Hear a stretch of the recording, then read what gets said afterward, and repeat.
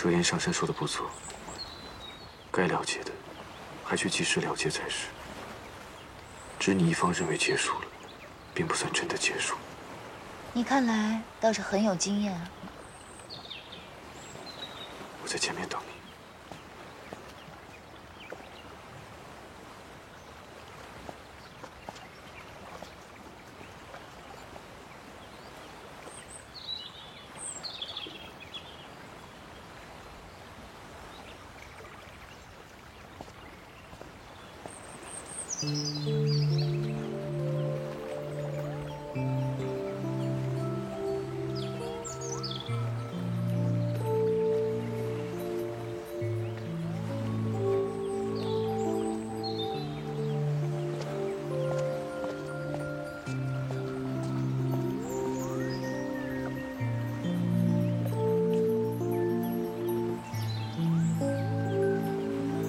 安影，我以为你永远都不想见我了。身上的伤是没大碍了吧？劳烦义军挂心了。老身身子骨一向强健得很，这点小伤并不碍事。那就好。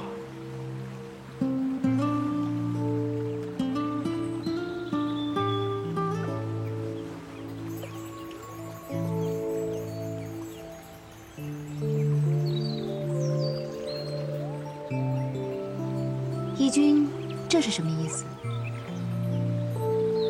都怪我一念之差，铸成大错。如今你将这玉环拿去，置于墨渊上神口中，你就不用再用心头血了。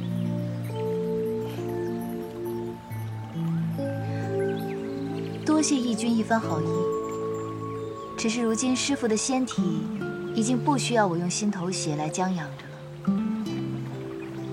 这等宝物，义军还是拿回去好生供养着吧。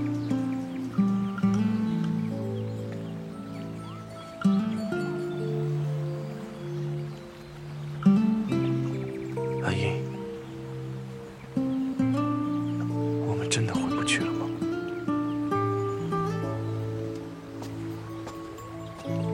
义军现在一心将心思扑在老身身上，不过是因为义军觉得。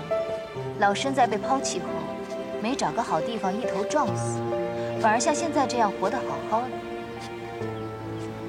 一定让义军感觉老身从未将心放在义军身上，所以才这样一番纠缠吧。阿姨，你以为我对你只有不甘心吗？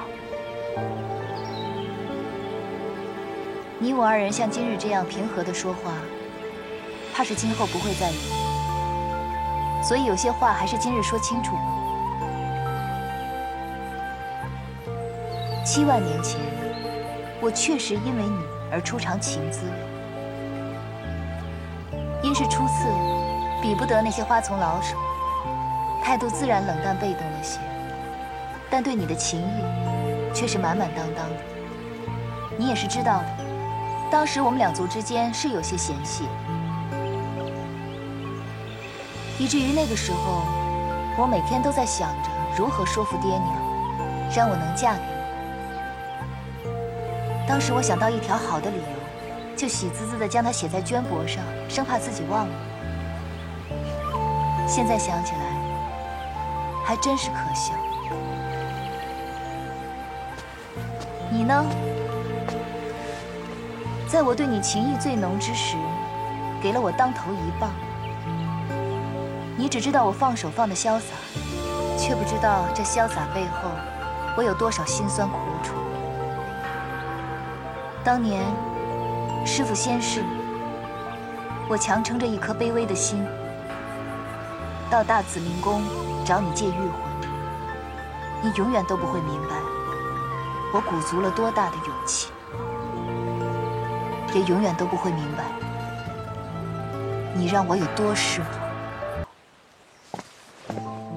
不是那样的，我当时并不知道你有重伤在身。你如果告诉我，你用心头血来保护墨渊的身体，我一定不会不给你。当当时没有给你御魂，是因为我知道你在保护墨渊。是，我嫉妒他，我嫉妒墨渊。可是阿英，我其实从未对你忘记。你能原谅我吗？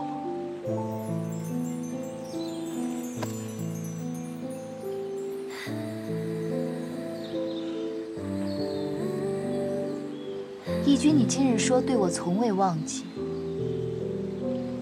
只是因为义军你这个人终其一生都在追寻自己得不到或已失去的东西，一旦得到了，你便不会再珍惜了。你这么说，只是为了想少些负担吗？其实你从来都没有爱过我，对不对？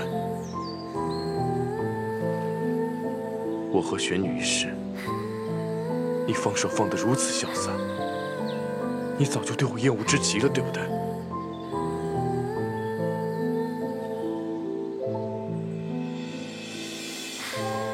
可是人人都有犯错的时候，你是我一生的挚爱，为什么你就不能原谅我呢？你当年做了那样的事，你还希望我跟玄女同室一夫吗？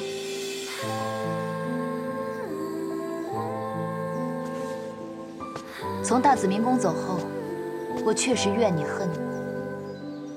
但当我在炎华洞失血过多，命悬一线之时，我发现脑中浮现的竟不是你的脸，我才知道，我这段情伤算是到头了，我终于能够解脱了。阿英，别说了。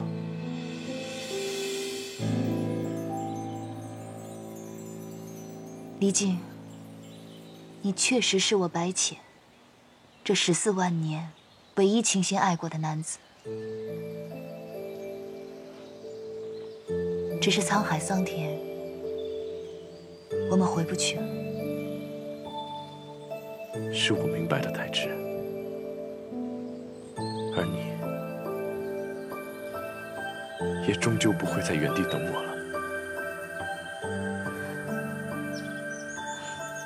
从今以后，我们便是路人了。告辞。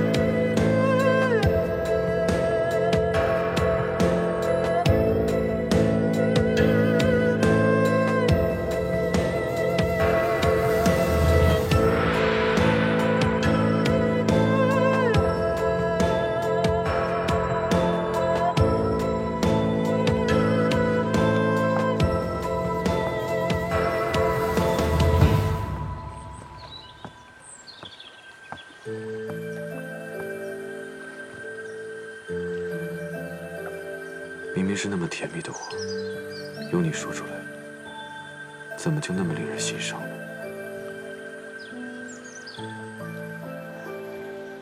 你看这天，怕是快要下雨了，快走吧。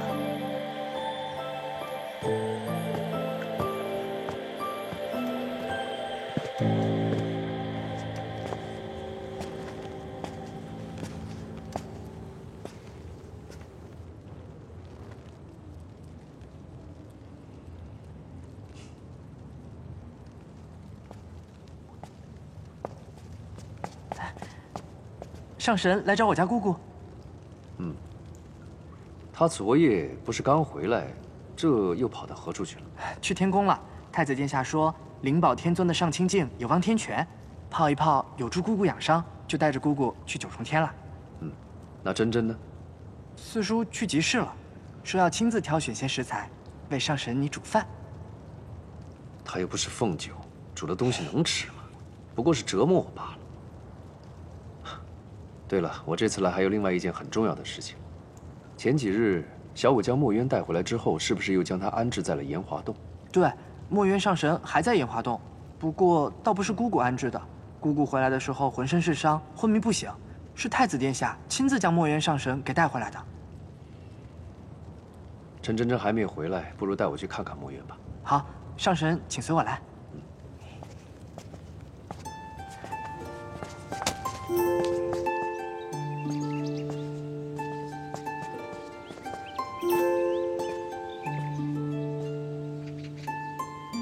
我一个人进去就可以了，你先回去吧。是。啊，暂且不要跟任何人透露我来看过墨渊。是，上神。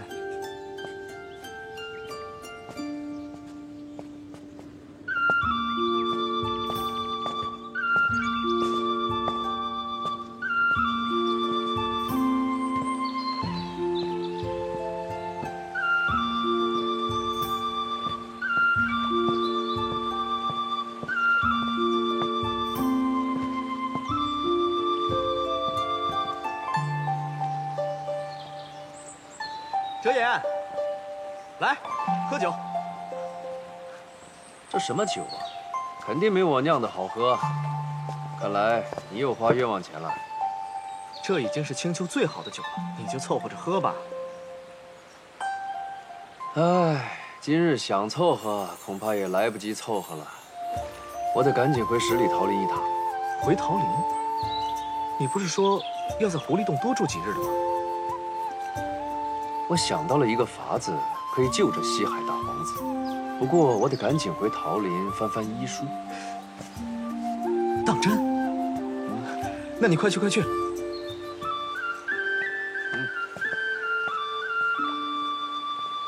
快去快回啊！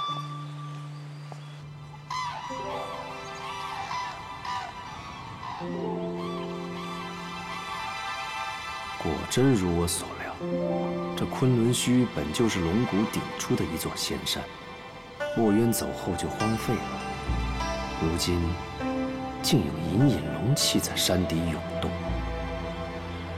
这里果然有异常。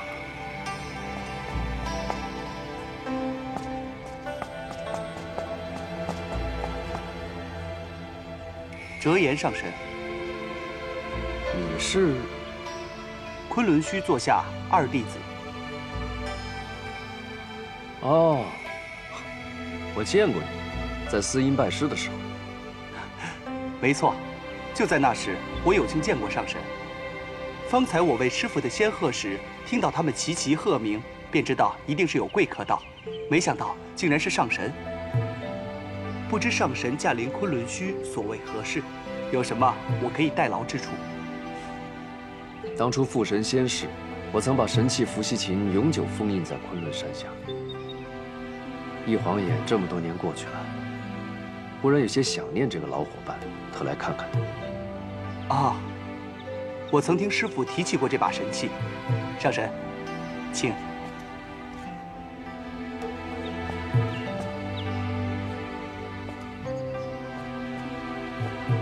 如今这昆仑虚就只剩你一个弟子了。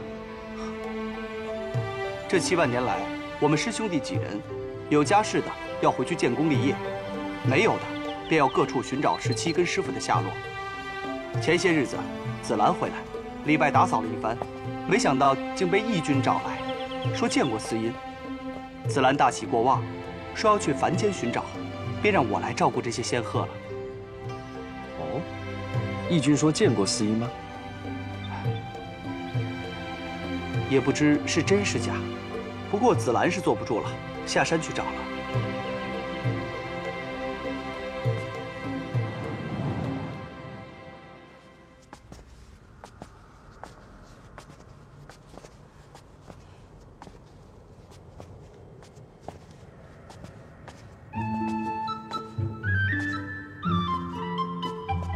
就算是我们青丘的入口，至少也会有个迷谷坐镇。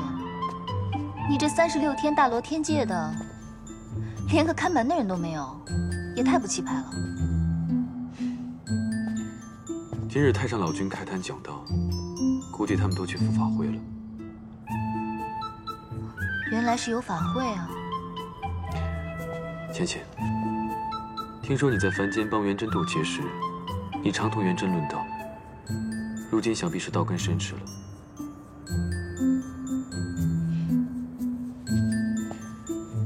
太上老君这数万年来，讲遍天上无敌手，在高处不胜寒这个境界，已经站得十分孤单。此番你上天，正好可以与他辩上一辩。好说，好说。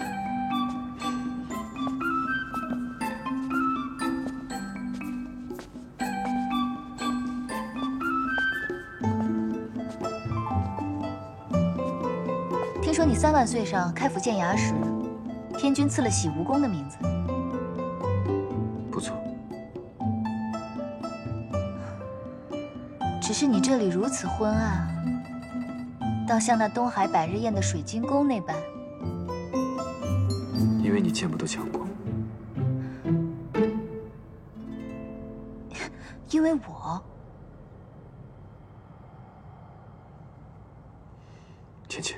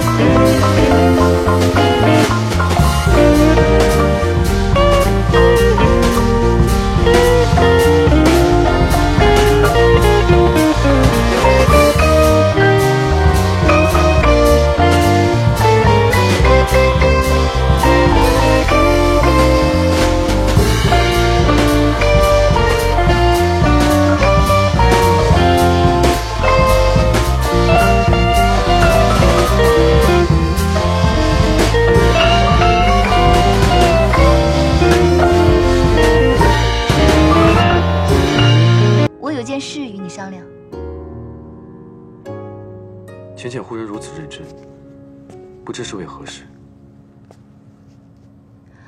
不是什么正经的事。我将在这九重天上休养2、3日。既然来的时候是悄悄来的，没有打出上神的名号，也不能让你大张旗鼓的为我辟出一处寝殿来。不如就在团子的庆云殿凑合2日罢了。你想住阿离的庆云殿？不方便吗？我早已为你辟出了一处寝殿。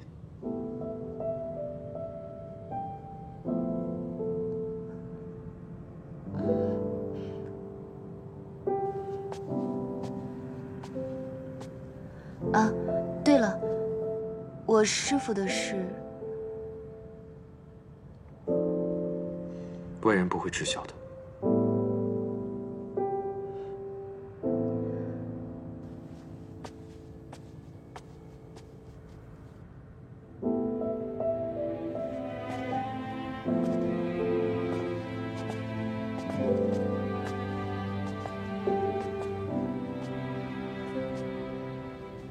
你这院子里也有桃花，是蟠桃园搬过来的吗？这是300年前我种的，到了今年才开这第一束花。300年才开第一束，你也真是有耐心。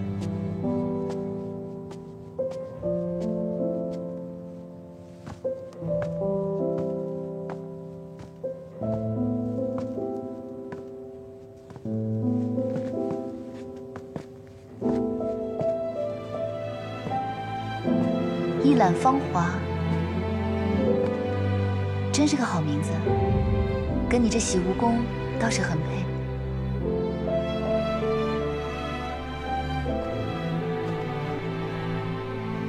为何自从迈入这院子，就感觉不太对，不太舒服？上神，喝茶。嗯。娘娘，难道果然是你？奶奶等了你300年，你终于回来了。太子殿下，这结魄灯果然是圣物，做的娘娘一丝都没差的。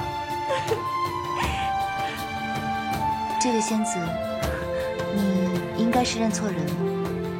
老身是青丘的白浅，并不是你口中的娘娘。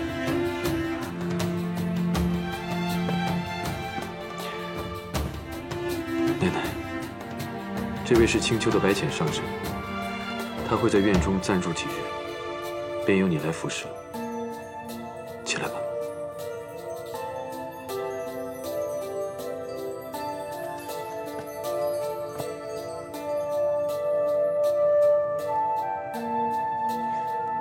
上神待会儿会去灵宝天尊的天泉洗浴，你先去做好准备。是。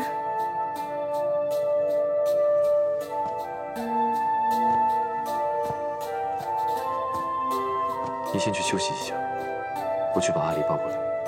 好。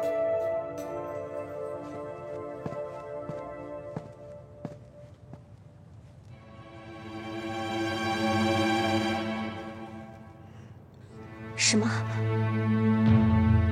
白浅上神来了九重天？是啊，娘娘，刚才进了南天门，如今已经入了一览芳华了。你说什么？一览芳华？那个地方，君上不是从不让人靠近的吗？是啊，娘娘。奴婢也觉得很奇怪。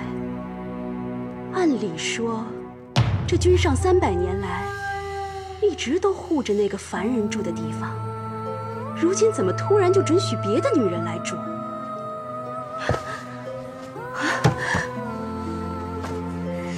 心诺，我觉得这个白浅比我想象中的要难应对。娘娘为何这么说？君上为他屡屡打破禁忌，就像失了心魄一样。我之前还安慰自己，说没关系，起码君上心底最爱的是一个死人。可是现在，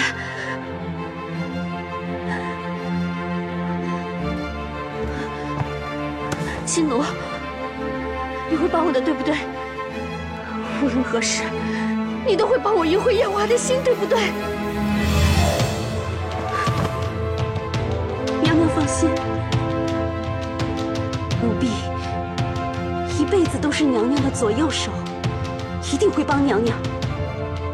娘娘，你先不要怕，他才刚来九重天，还不熟悉这儿。毕竟我们已经住在天宫里几万年了。对，我不能慌。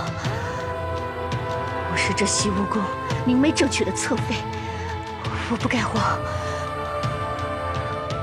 我该静观其变，再看看怎么击退他。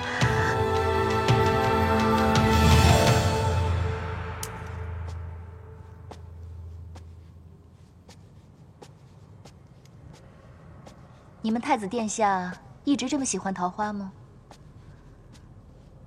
我家娘娘很喜欢桃花。她走后，太子殿下就栽了满院子桃树。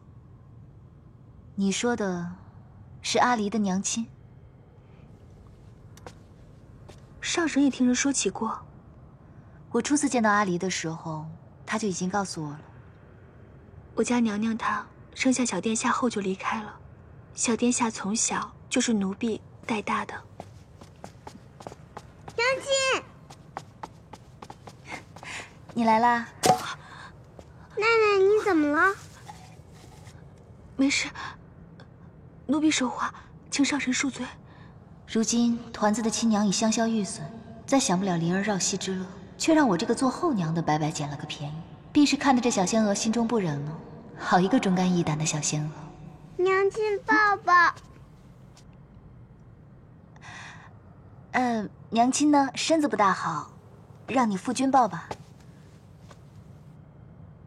阿离知道了，娘亲又有了小宝宝，对不对？书上就这么写的，说有一位夫人怀了小宝宝，他们一家人就都不许她再抱别人家的小孩来抱，怕动了，对，胎气。你这个算苗高的小娃娃，怎么连胎气都知道啊？阿离，是谁给你看这书的？是程昱借给我的。又是程昱。这程昱真是个妙人。就算是上神有了身孕，小殿下，你脸红个什么劲儿啊？本天孙高兴了，娘亲有了小宝宝，本天孙就再不是天上最小的一个啦。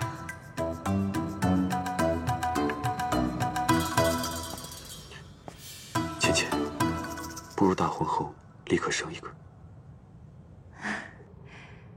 这小宝宝如果由你来生的话，我倒是很乐意出那一份力。既然阿离也来了，不如我们一起去上清境吧。走。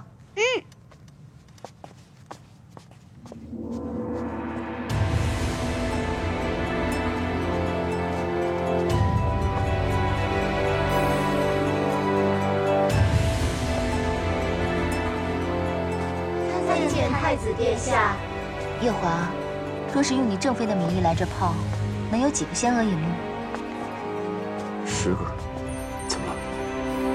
我觉得我的接品不升反降，这可不是笔好买卖。若是我们继任了天君天后，便有24个仙娥为你引路，再添上4个心灵手巧的，给你搓背。这听起来还不错。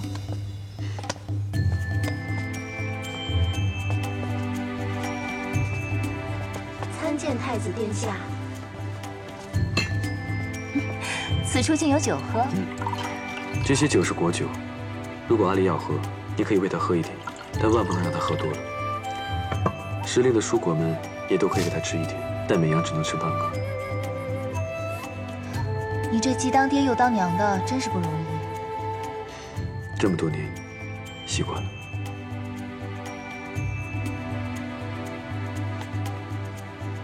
你这幅扇子上面的桃花画得挺好，但缺了应景的诗词。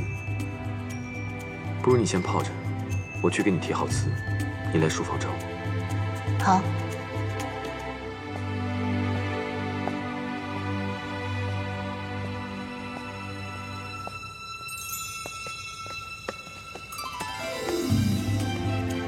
娘亲，夫君怎么走了？不同我们一起泡吗？天将降大任于你夫君，你夫君去接大任了。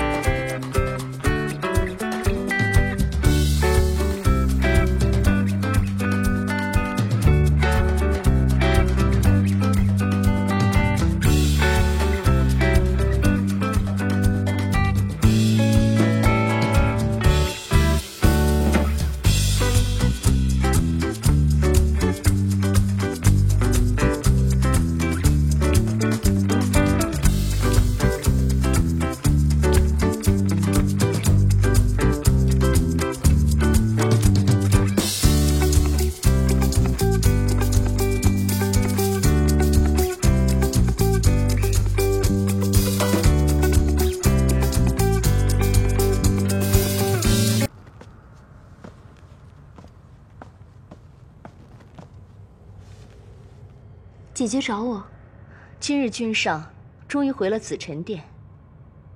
你若不把握机会，就不能怪我不帮你了。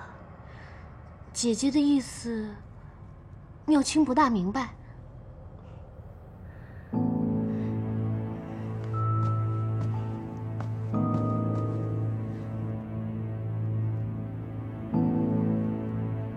这是一盅给君上的补汤。君上难得回一次洗无宫，你心思要活络些，今夜多在案前侍奉。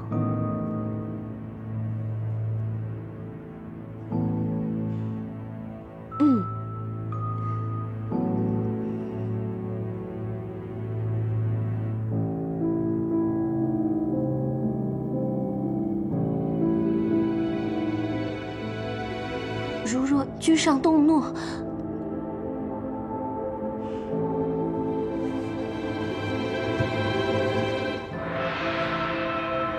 你不了解这个男人，他若真与你有了肌肤相亲，就一定会负责。还有，你不用怕他动怒。一来，你是阿离的救命恩人，他不会要你的性命；二来，你还有我会保住你。毕竟在洗无宫，你只能依靠我，而我除了你，也没什么姐妹了。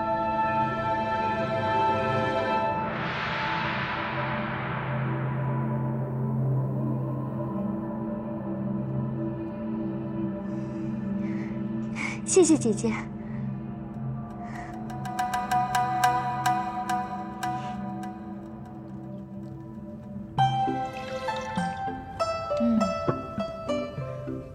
上神请用。刚刚是梅子酒，这杯呢？回上神，这是枇杷果酒。枇杷果，我在青丘的时候最喜欢同阿离吃枇杷了。是啊，我娘亲最爱喂阿离吃枇杷了。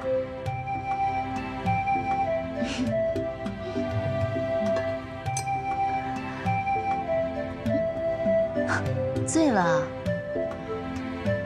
身上这么滚烫，看来不是装的，这也太不胜酒力了吧？小殿下头一回喝这么多酒，醉成这样，奴婢还是把他送去药王府看看吧。不必了，我喝酒也喝了10几万年了，也算半个行家。阿离刚才喝的这个酒啊，是鲜果发酵酿成的，喝再多也不会醉人的。可，奴婢还是怕会有什么闪失。他是男孩子，不必这么娇生惯养。你听我的，将他抱回去睡一会儿，过3个时辰，他指定就醒过来了。是。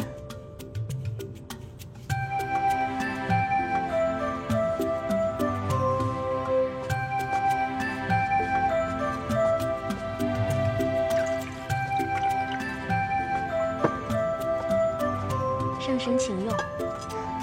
这小婢女竟对救主如此忠心，她的救主已经走了有2、300年了吧？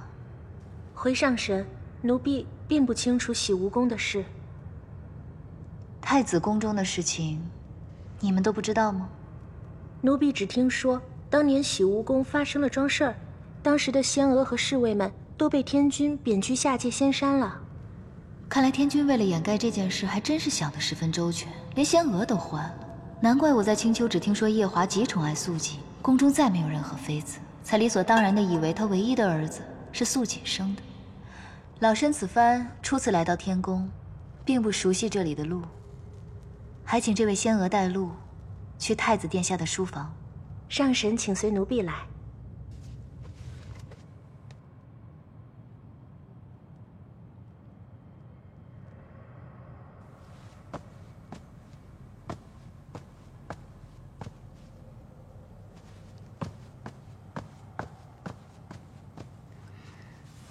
君上，什么事？奴婢等君上很久，好不容易等到君上回来，不知君上能否听奴婢说几句话？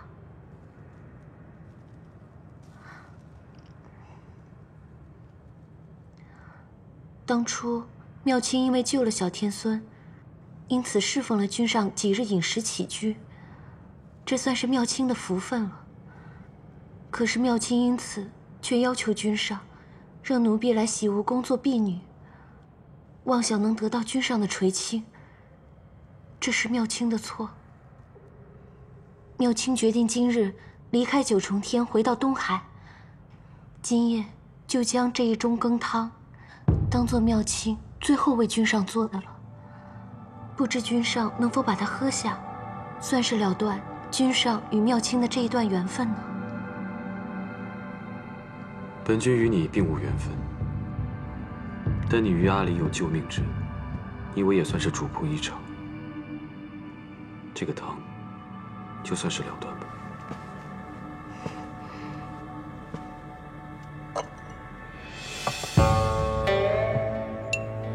不必了。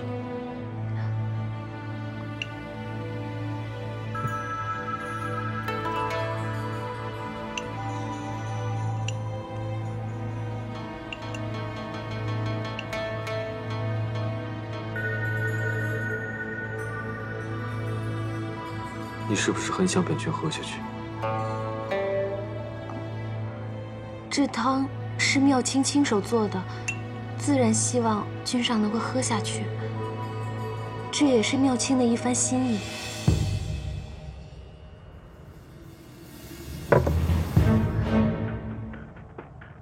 君上为何？本君想先问你几个问题。不知君上要问什么问题？前些日子，你回了趟东海。妙清因为很想念兄长，所以回去探望。你可知道，你去探望兄长那日，东华帝君正在凡间渡劫。不知道。那日东华帝君在凡间被人推了下去，同时白浅上神也被人推了下去。他当时周身法力被本君所封，险些淹死。是吗？好险。是好险。你可知道白浅上神在这四海八荒是什么样的身份地位吗？青丘、天族都不会放过推他的那个人。妙清，啊，你真不害怕你们东海你的兄长会因此获罪吗？你真不怕你会因为谋害上神被永坠畜生道吗？妙清一时糊涂，求君上恕罪。若不是你对阿离有救命之恩，你真以为你能活到今日吗？是妙清糊涂，求君上恕罪，君上恕罪啊！再来，你告诉我，这汤里面放的什么？这汤里是能让君上喝下之后与妙清欢好。这么厉害，谁给你的？是奴婢从凡间买的。凡间？你真以为凡间这种药对本君管用吗？妙清只是……君上，臣妾听宫娥们在议论，说君上在责罚妙清妹妹，也不知妹妹究竟犯了什么错，但想必一定是并无恶心，可能是太过思慕君上所致。还望君上能看在妹妹曾救过阿离的事情上，饶过她这一次吧。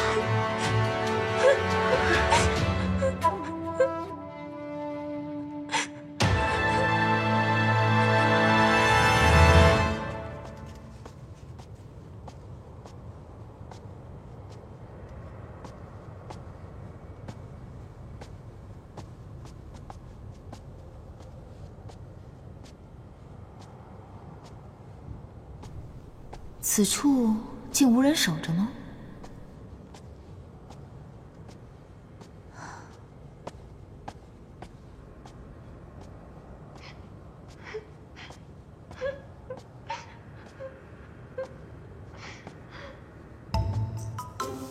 该不会当头鸿运又让我撞上别人闺阁斗趣吧？夜华虽冷漠沉稳些，到底血气方刚。这天上的一众仙娥又都生得不错，他夜里对着一案的枯燥公文，定然十分烦闷。晃一抬头，见着一位眉目似画的小仙娥在一旁红袖添香，自然是要云雨一番。我还是避一避吧。浅浅，你这一来一去的到底要做什么？那扇子我已经提好词了，你进来拿吧。罢了，倒是要看看你能桥上的仙娥是如何仙子。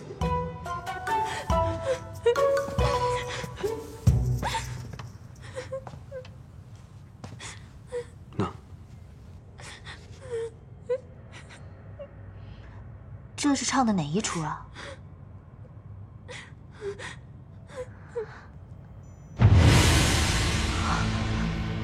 好美的一双眼，可惜这小仙娥虽生的也不错，却配不上这双眼。你这双眼睛，生的倒是不错。苏苏，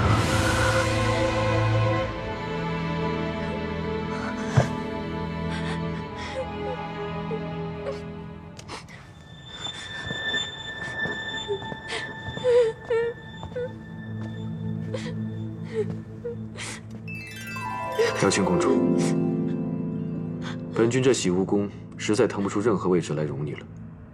明日一早，你便回东海。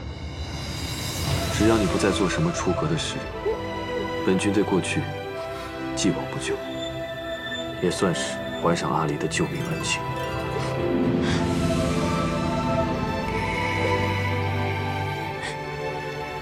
素锦，你倒是很重情义。如果你实在舍不得妙清公主，不如向天君请一道旨，请天君将你一同嫁去东海，你看如何？君上，是妙清一时迷了心窍，才会用下了秦瑶的羹汤来勾引君上。君上，不管你怎么罚我，我都不会反抗的。哪怕是每日里7七49到天雷劈石，妙清都不会怕。只求君上不要让妙清离开这洗梧宫。妙清这一生的夙愿，就只能留在君上身边，一辈子伺候君上啊！娘娘，娘娘，上回妙清认错了你，你帮了妙清一次，这一次，请您再帮帮妙清吧，娘娘。妙清公主既然跪了我，如若我跪回去，也是拉不下这个脸的。少不得要说两句。你说。其实这个事情，真的不是妙清公主一个人的错。你当初明明知道她对你有情，还要把她带到天上来。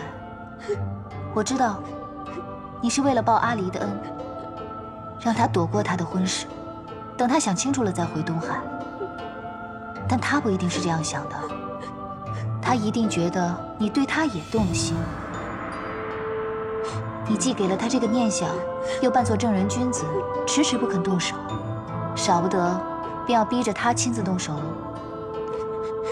但是当初他说进来洗梧宫当个婢女便心满意足。恋爱中女子说的话，你也信的？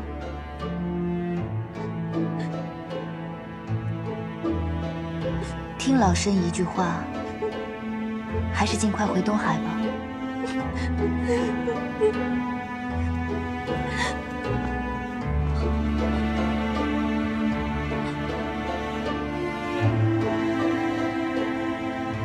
她是本君的妻，也是这洗梧宫唯一的娘娘。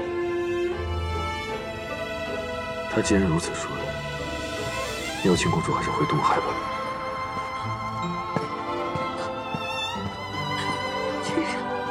君上，君上！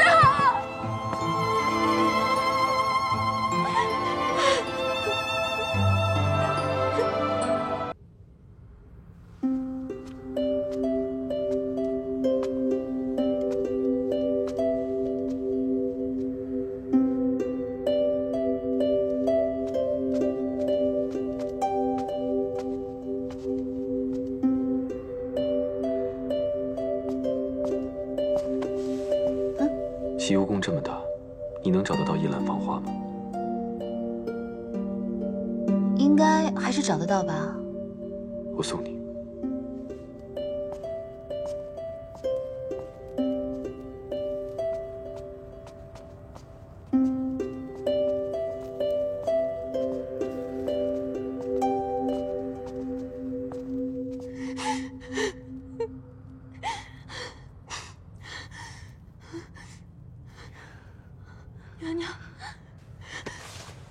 娘娘，求娘娘求求君上，都是娘娘让妙清这么做的呀！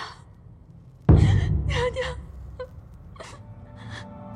你说是本宫让你这么做的？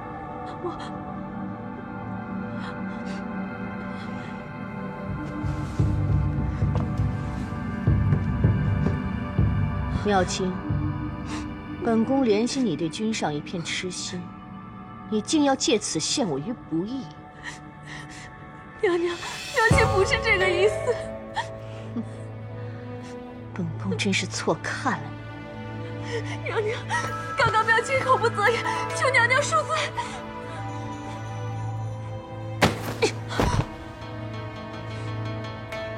既然君上已经让你离开，你也别耽搁了，现在就走吧。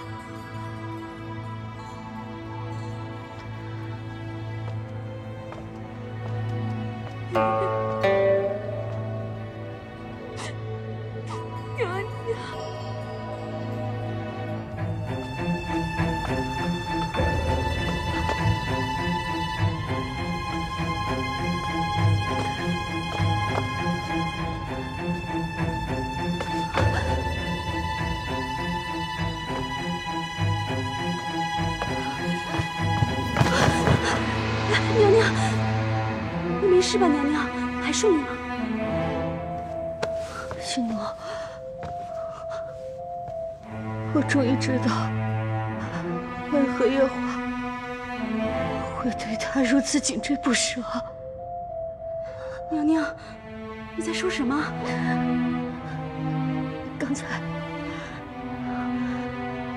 我刚才看到了青丘白浅。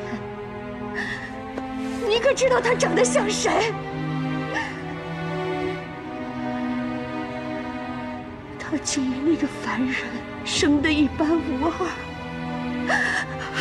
娘娘，你在说什么啊？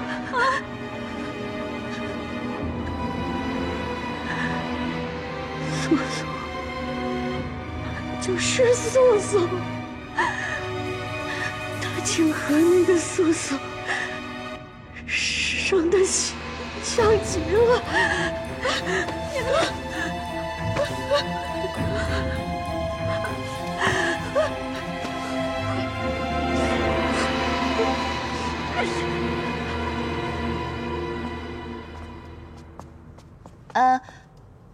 送到这里，剩下的路我就认得了。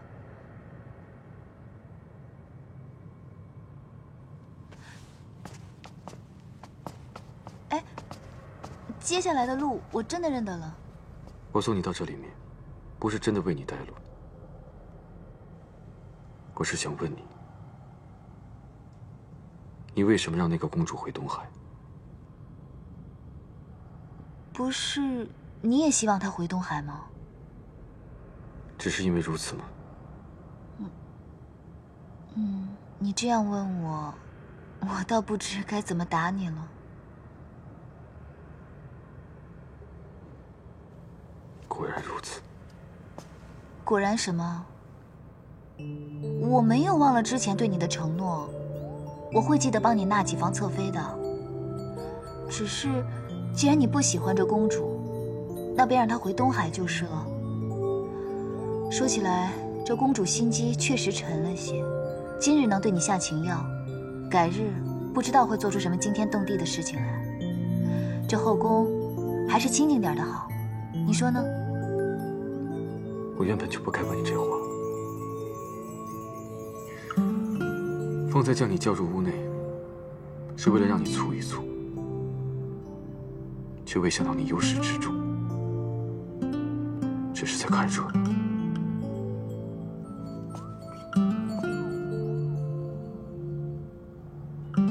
我在你的心中竟没有丝毫的分量。白浅，你的心中是不是只装得下那一个人？你要等他等到何时？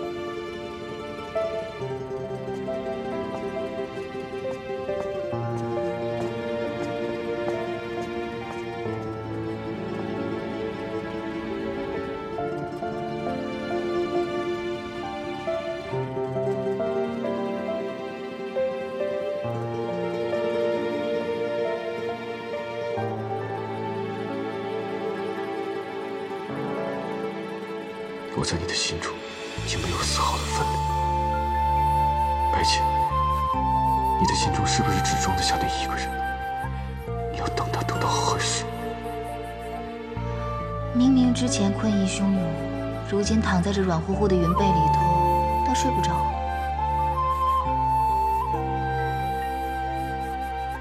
我在你的心中竟没有丝毫的分量。白浅，你的心中是不是只装得下那一个人？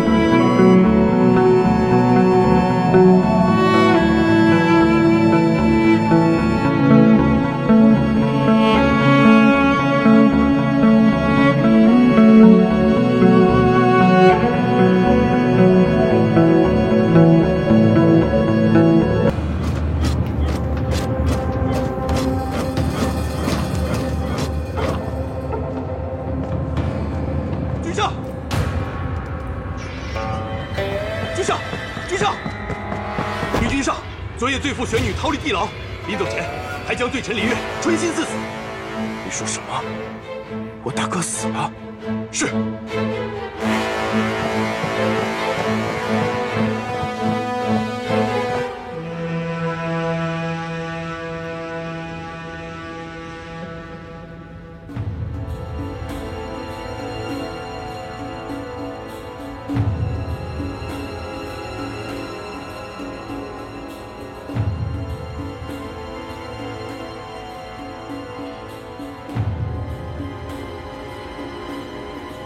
头砍下来，悬在大慈明宫外示众7日，身体烧了。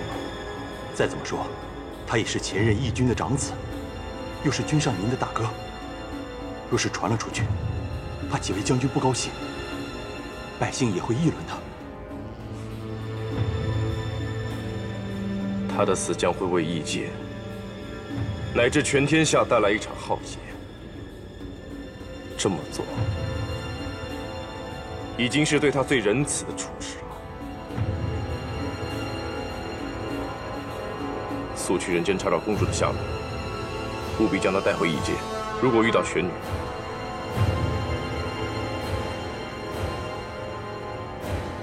不用向我汇报，就地格杀，把她的尸体带回异界，再怎么说，她也是本君明为朕娶到大紫明宫的女人。本君要和她死后一起埋葬。是。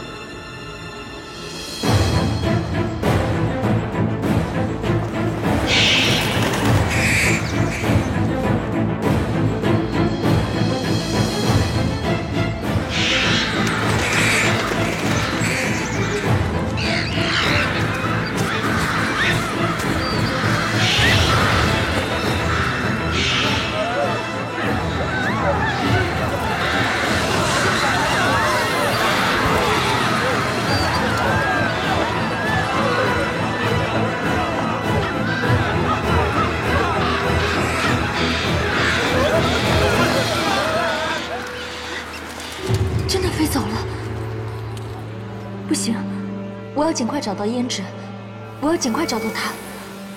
卖包子啦！哎，临河居有酒有肉，价格公道，童叟无欺。走过路过不要错过了啊！哎，这位大哥，吃饭吗？您里边请。哎，这位大哥，吃饭吗？好，请。好。卖包子啦！哎，来看看啊！好。玉佩越来越热了，胭脂一定就在附近。价格公道，童叟无欺了。走过路过不要错过了啊！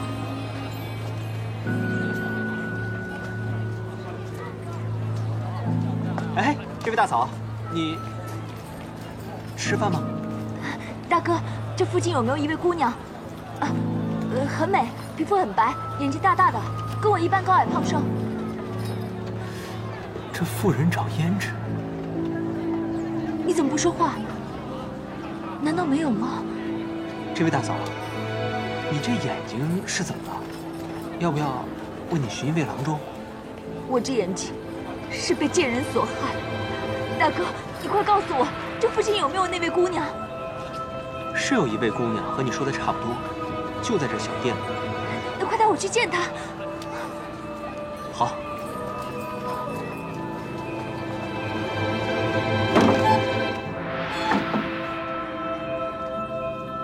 小心脚下。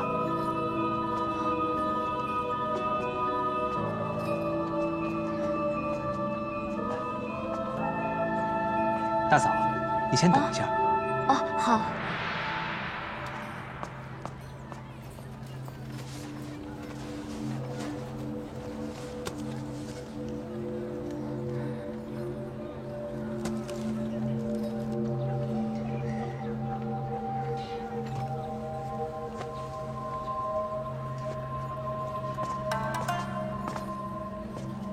你看看，就是他找你。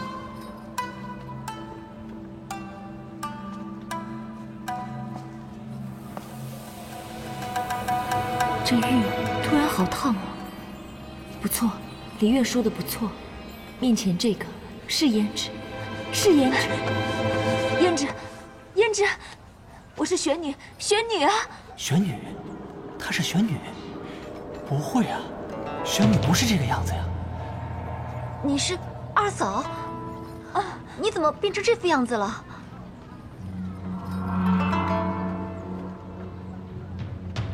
我知道我变了模样，都是白浅那个贱人害的。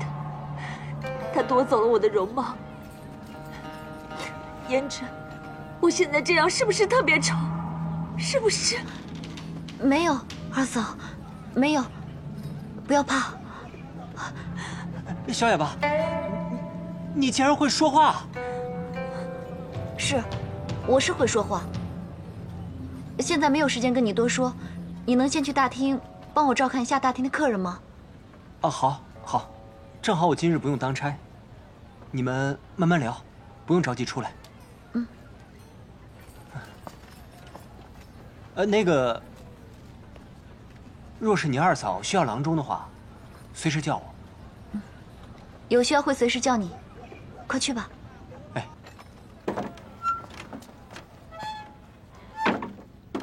胭脂，刚才那个男人是谁？是你当初从异界带来的人吗？没有，我从异界走，谁都没带。二嫂你就放心吧，他只是个普通的凡人，这些年一直在照顾着我，一直照顾你。哎，这孩子是二嫂你的吗？是我儿子，小皇子，快让我看看。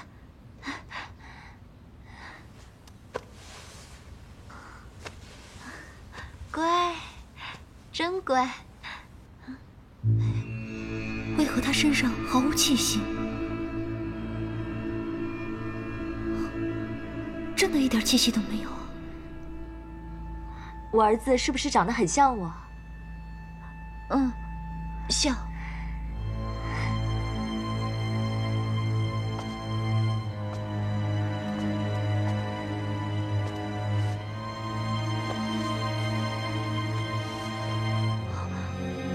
自从他生下来，就是我亲手抚养他，300年了，他不哭也不闹，很乖。胭脂，他是不是很乖？是。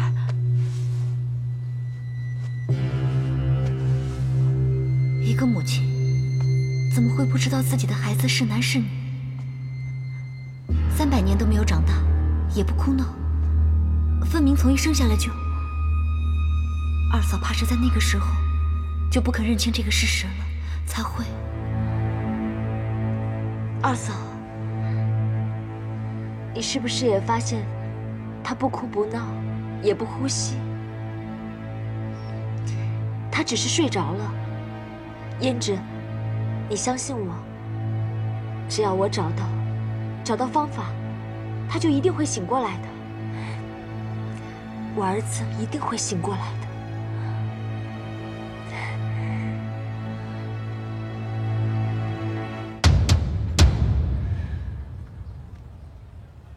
在凡间跟了这异族公主2、3年，也没有什么线索。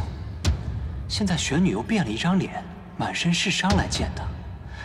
看来异界这些年也不太平，继续跟下去，说不定能发现什么。不对，万一胭脂要是治好了玄女的眼睛怎么办？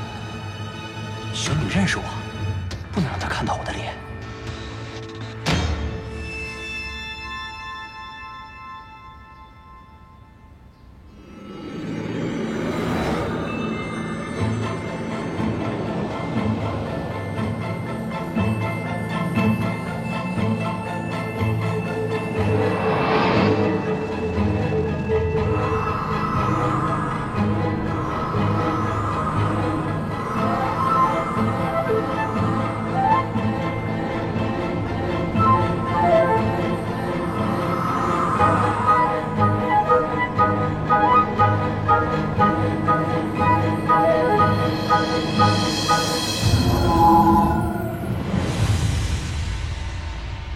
二嫂，你试试看，看能不能看清楚。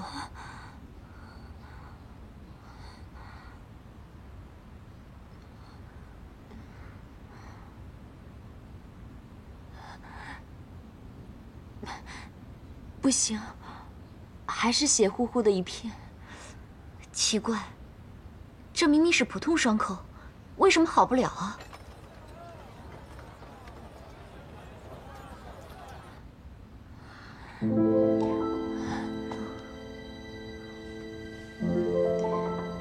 没关系，反正我也不想看到这张假脸，太丑了。嫂子，你别怕，我改日再试试别的办法，这眼睛总能治好的。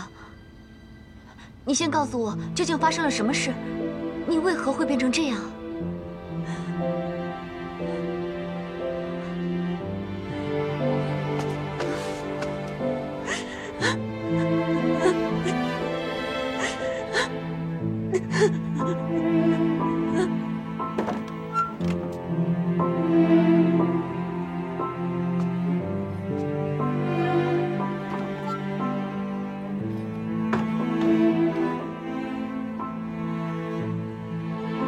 你二哥将你大哥杀了，头颅悬挂在大紫明宫外，示众数日，身体也被烧成了灰烬。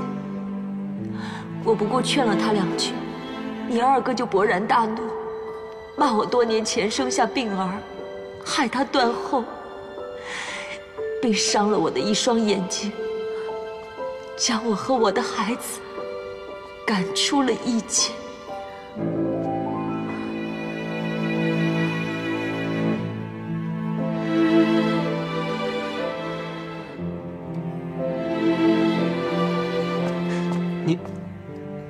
你怎么哭了？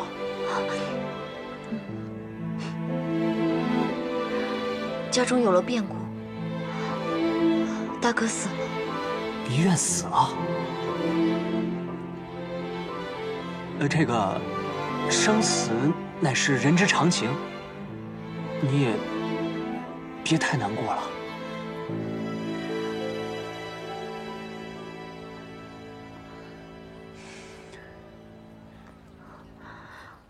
这些年，我一直没有开口说话，是因为我不想跟那些不相干的人打交道。我真的不是有意要骗你的。没事的，没事的。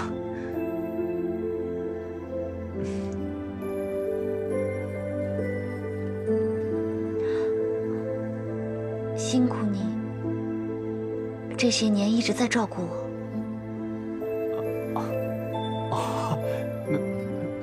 没什么。哦，我想起来了，我今日衙门还有事，我先走了。哎，你今天不是没有事吗？我方才忘了。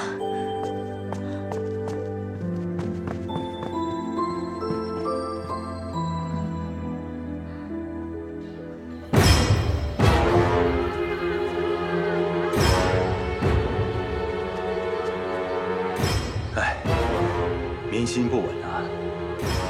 最近民间传言，说老义军就要回来了。当真？老义军不是被墨渊封在弱水了吗？弱水前几日变动，这就是征兆。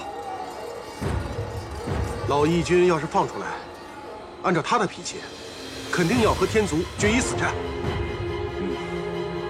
这又要死多少人啊？我宁可横尸遍野，都不愿意再给天族进贡了。